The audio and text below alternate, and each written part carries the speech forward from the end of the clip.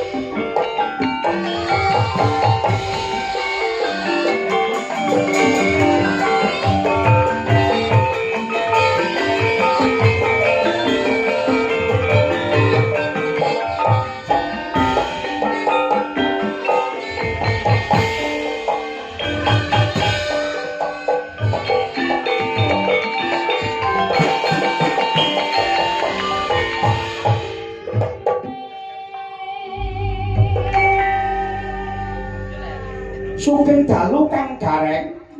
Wilujeng dalu kacaking Ki Marsudi Bawaleksana.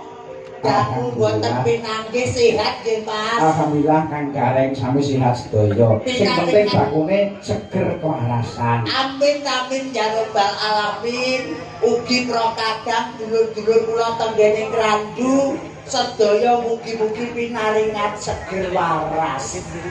Kula iki dalu menika wujude syukur ngarsanipun Gusti Kang Maha Agung kebak ing kamulyan menika panjenenganipun Rama Jemani anggenipun tasakuran menika temu wahyuning jojo Mas. Temu wahyuning jojo sepisan kanggo saklawase muga-muga dados keluarga ingkang sakinah mawaddah warahmah. Amin. Amin amin Kang Gareng. Jan ruwasa pratika 2000 mawon kali jenengan kangen kula mboten lumpuh. Nggih. Gara-gara Lombok larang wayangan ya arang-arang. Gara-gara parine larang tanggapan ya arang-arang. Namung gedunga mugi-mugi sedulur sedaya kathah rejeki Allahumma. Amin. Panjang yuswa Allahumma. Amin. Kuat sehat selamat Allahumma. Amin. Ngoten iki lho Mas. Mulakno dulur Krandu niku ngangeni lek teng kula iki Mas. Paribasane sing rada tuwa dadi bapak, aku sing enom dadi adikku lan anak-anakku. Iya pancen ngono Kang Gareng. Nggih, jan tenan Ugi Kang Gareng niku wau wah nggih. Sinoman. Peladen. Nggih. Wah jam cancut gumbergur. Wonten rukun jan cacek. Cacet babet katek kula sakyaine kopi urung diwehi. Lah tekamu wis ngasep tekamu bengi kok. Wong saking iki sedaya niku kangge sedaya kan nuwun diradosi to Mas. Paribasane kula dalah panjenengan Sinden Yoga niku kangge paribasanipun keluarga piyambak. Dadine iki apa to wong lagane dhewe sing penting iki dulur-dulur sing rawuh ki ndongane muga-muga lulus raharja mboten wonten alangan setunggal menapa. Oh, Mas jaga putrane Pak Jemani niku kalih Mas. Nggih. Lanang karo wedok. Muga-muga temu jodoh, temu wahyu, sepisan kanggo sak lawase aja ngantek pegatan. Pancen ngono Kang Gareng. Amin, amin Kang Gareng. Kuncine siji wong ki arep bondo dunyane dhuwur wong nuwun sewu lho Mas. Wong ki lek akeh ya bingung, lek sithik ya bingung.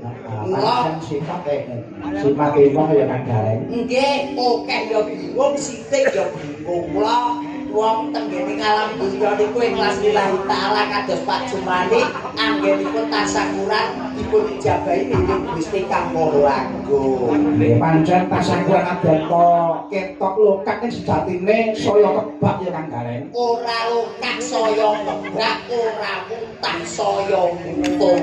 Pancen ngono Kang Gareng. Mula wong jenenge wong syukur iku wong banyak bersyukur iku banyak manfaatnya Mas. Mula ya kene lek wong sugih ku aja ngantek laleki bersyukur. Niku nek lek bojone akeh. Seto iki wae wis penake ra mau diune ya bunyi wis gawe enek buntute ra apa-apa Mas ya. Ya. Aku gawe buntute ngene penak banget kok ya nggih Pak Jemani aku ditresnani tenan karo wong randu mriki Mas. Nggih. Panut ditresnani kok kono teko ngene penonton tumplek sing gene Mas Marsudi ayu yogane nom-nom kabeh yaene yo urung enek sing do ngantuk. Tenanan kula dangu mboten ten mriki nggih Mas. Nggih Kang Gareng. Biasane awake dhewe 2 minggu pisan iku mesti wayangan ten Klaran dan Grandung. Heeh. Iki kok rada nek kok setahun kaya bol siji tok iki. Ning glalah lho Mas. Nggih. Lah wis dilunasi 2 tahun kepungkur dadi iki karek nyaur igo-igo.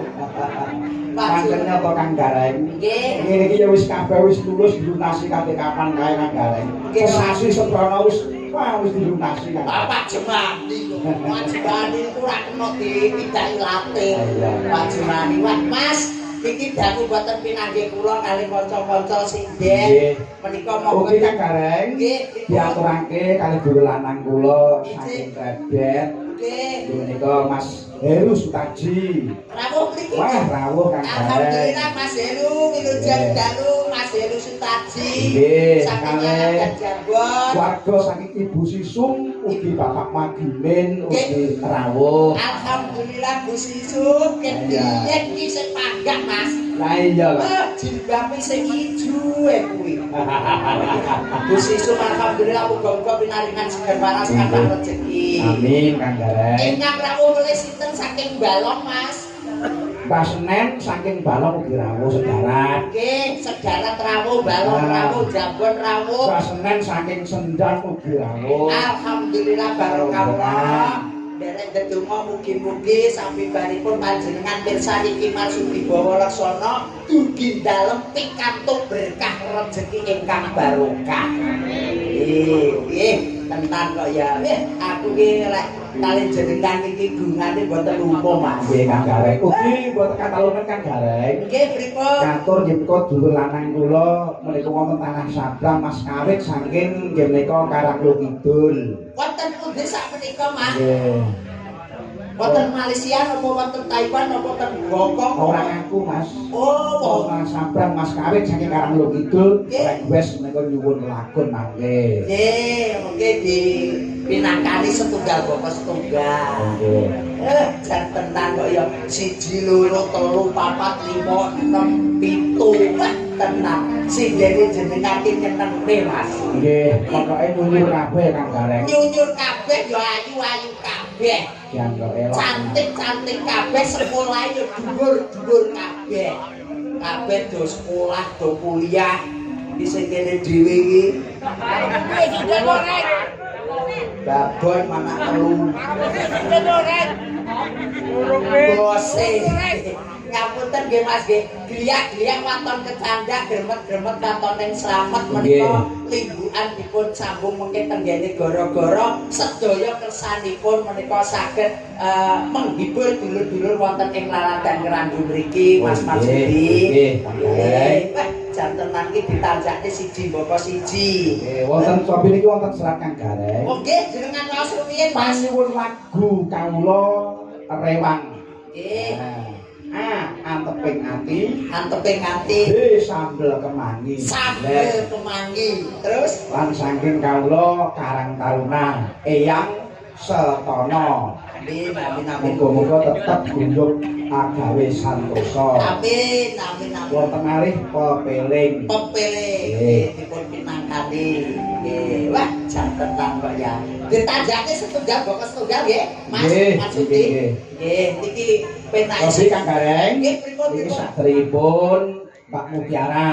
Ijik. Monggo Siap. siap rumiyin. Nggih. Wah, Halo, langsung.